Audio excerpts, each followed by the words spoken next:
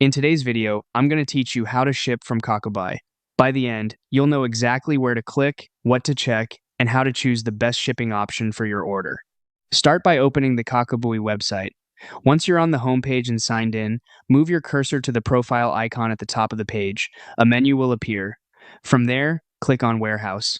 This is where Kakobuy stores the items you've purchased until you're ready to ship them out together. Inside the warehouse, look for the items you want to send. You'll see checkboxes next to each product. Select the items you're shipping in this batch.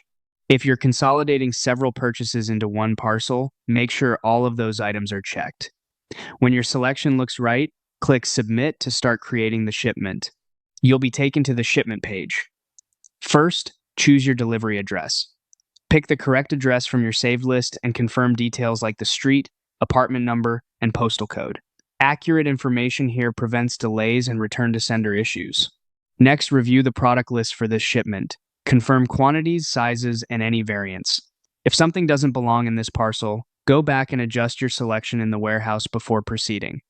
Clear, accurate contents help with customs and ensure you receive exactly what you expect.